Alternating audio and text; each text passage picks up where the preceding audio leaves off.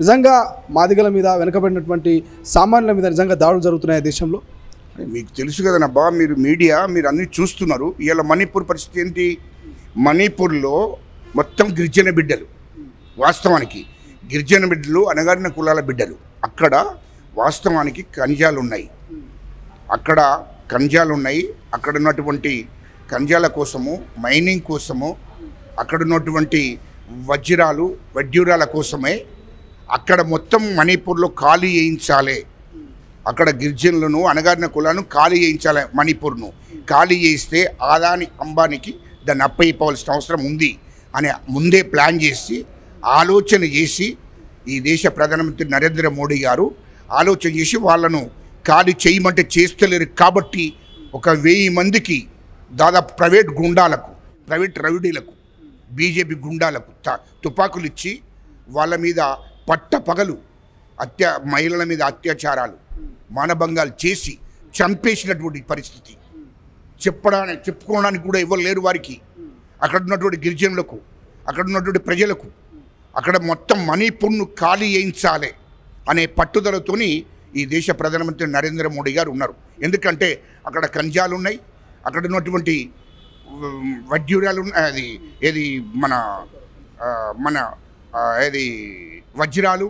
వడ్యూరాలు, తర్వాత అనేకమైనటువంటి మైనింగు, ఇవన్నీ ఉన్నాయి, వాస్తవం అక్కడ ఉన్నాయి.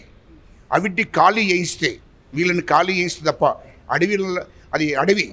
అది మొత్తము గిరిజనులను మొత్తం ఖాళీ చేయించాలి, క్రిస్టియన్లను ఖాళీ చేయిస్తే అక్కడ బడాబాబులకు, ఆదానికి, అంబానికి అప్పయిప్పాలనే ఆలోచనతోని ఆ రాష్ట్రాన్ని ఖాళీ చేయించడం కోసం ప్రైవేట్ గుండాలకు తుపాకులు ఇచ్చిందంటే లైసెన్స్ లేకుండా ప్రైవేట్ బీజేపీ గుండాలకు, రౌడీలకు తుపాకులు ఇచ్చి పట్టపగలు 1000 మందిని ఎన్కౌంటర్ చేసి చంపేశారు. 1000 మంది మహిళలను నడి రోడ్డు మీద బట్టలిపి మానభంగాలు చేశారంటే ఎంత దుర్మార్గమైన వ్యవస్థ. ఇయ్యలో గజలకాంతం గారు ప్రధానంగా ఎస్సీ వర్గీకరణకు సంబంధించి దోహదపడేది మేమే అంటున్నారు. దానికి సంబంధించి మన రాష్ట్రంలో మందకృష్ణ మాదిగ కూడా బీజేపీకే మాదిగలు ఓటేయాలన్నటువంటి రీతిలో ఆయన ప్రచారం చేస్తున్నారు. సో ఎట్లా చూసుకోవచ్చు? అటువంటి బీజేపీ ఇటువంటి దాడులకు పాల్పడుతుందా? మీకు అర్థమవుతుందా? ఇక్కడ మణిపూర్ ఒకటే కాదు, ఛత్తీస్గఢ్, నాగాలాండ్, ఇవన్నీ ఇక్కడ ఈ రాష్ట్రాలలో ఖనిజాలు ఉన్నాయి, మైనింగ్ ఉన్నది. ఈ రాష్ట్రాల్లో ఉన్న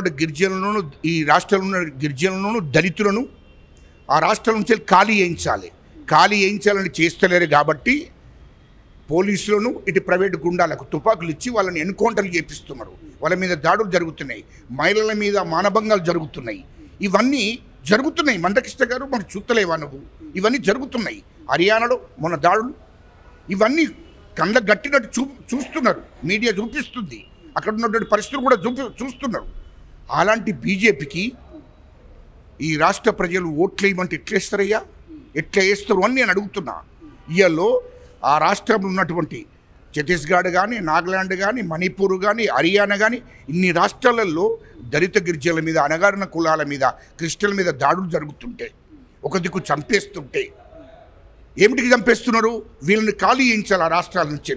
ఈ దళిత గిరిజనులు, ఇక్కడ ఉన్న అణగారిన కులాలు అడవులలో ఉన్నారు, అడవులలో మైనింగ్ ఉన్నది, ఖనిజాలు ఉన్నాయి. కాబట్టి వీళ్ళని ఖాళీ చేస్తే ఆ రాష్ట్రాలను బడాబాబులకు అప్పయిపితే ఆ బడాబాబులు ఆ రాష్ట్రంలో ఉన్న సంపదను దోచేసి ఈ దేశాన్ని దోసుకోవడం కోసమే నరేంద్ర మోడీ ప్రయత్నం చేస్తున్నాడు. అది బడాబాబులకు అప్పయిపాలను చూస్తున్నాడు. అలాంటి వాడు దళితులను చూస్తున్నాడు, గిరిజనులను చూస్తున్నాడు, క్రిస్టియన్లను చూస్తున్నాడు, అందరినీ మరణ హోమం సృష్టిస్తుంటే అలాంటి వాడికి తెలంగాణ రాష్ట్రంలో మాదిగలంతా మద్దతు చేస్తారు, దళితులతో మద్దతు చేస్తారని చెప్పడం సిగ్గు అనిపిస్తలేదా?